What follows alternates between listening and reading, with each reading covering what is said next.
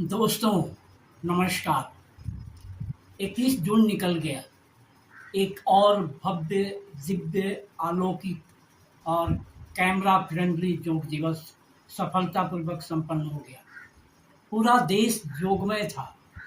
पार्कों में योग, स्कूलों में योग, सरकारी दफ्तरों में योग, सेना में योग, पुलिस में योग, मंत्री जी योग, संतरी जी योग, अफसर जी योग, नेताजी योग। ऐसा लग रहा था मानो भारत ने स्वास्थ्य संबंधी सारी समस्याओं को पराजित कर दिया। दोस्तों, मैं रमाश्रय सिंह आप सभी का आपके अपने चैनल रमाश्रय वॉइस पर स्वागत करता हूं। अगर अभी तक चैनल को सब्सक्राइब नहीं किया है तो कर लीजिए और वीडियो के अंत तक बने रहिए, क्योंककि आज हम योग के विरोध में नहीं बल्कि उस दिखावे पर चर्चा करेंगे जिसमें एक दिन के उत्सव से 365 दिनों की समस्याओं को ढकने की कोशिश की जाती है। दोस्तों, योग निसंदेह भारत की महान परंपरा है। योग शरीर और मन दोनों के लिए लाभकारी है। लेकिन सवाल यह है कि क्या केवल योग दिवस मना लेने से देश स्वस्थ हो जाता है? अगर ऐसा होता तो शायद हमें अस्पतालों की जरूरत ही नहीं पड़ती।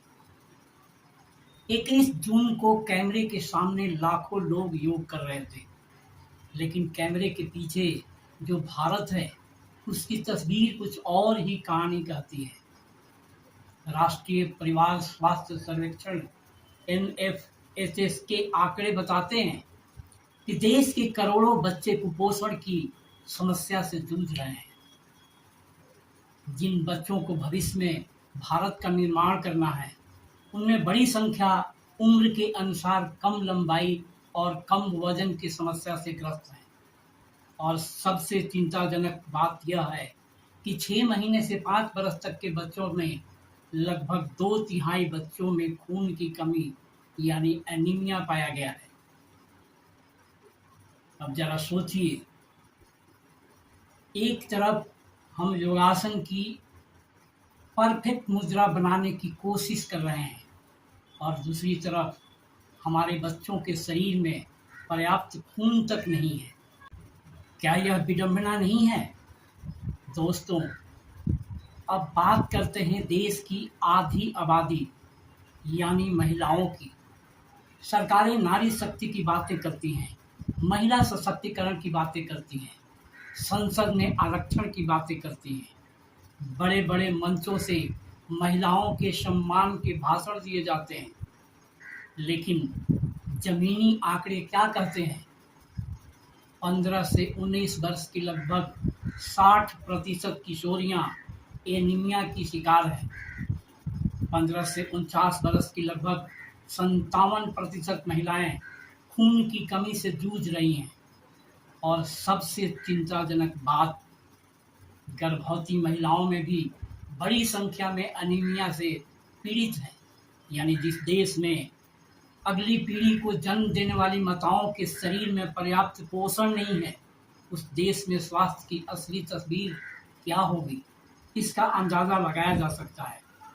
लेकिन चिंता मत कीजिए, 21 जून को हमने सामूहिक रूप से प्राणायाम कर लिया है।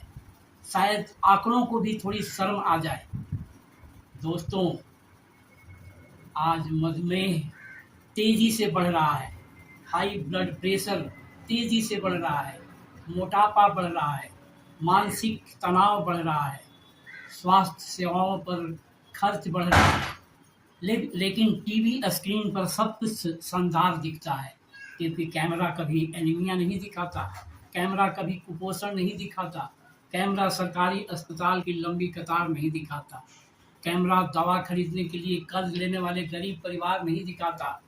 कैमरा केवल वही दिखाता है जो दिखाना होता है। दोस्तों, मैं फिर स्पष्ट कर दूं कि यह वीडियो योग के खिलाफ नहीं है। योग भारत की अमूल्य धरोहर है और उसका सम्मान होना चाहिए। लेकिन योग दिवस के नाम पर यह भ्रम भी नहीं फैलाना जाना चाहिए कि देश की स्वास्थ्य समस्याएं समाप्त हो गई हैं। योग तभी प्रभावी होगा जब उसके साथ पोषण होगा। योग तभी प्रभावित होगा जब बच्चों को पर्याप्त भोजन मिलेगा। योग तभी प्रभावी होगा जब महिलाओं को संतुलित आहार मिलेगा। योग तभी प्रभावी होगा जब स्वास्थ्य सेवाएं सबके लिए सुलभ होगी। योग तभी प्रभावी होगा जब सरकारें उत्सवों के साथ साथ स्वास्थ्य व्यवस्था पर भी उतनी ही गंभीरता से काम करेगी, क्योंकि भूखा पेट योग नहीं करता। खून की कमी से जूझता बच्चा योगासन नहीं, पोषण मांगता है। एनीमिया से पीड़ित महिला भाषण नहीं, बेहतर स्वास्थ्य सुविधा चाहती है।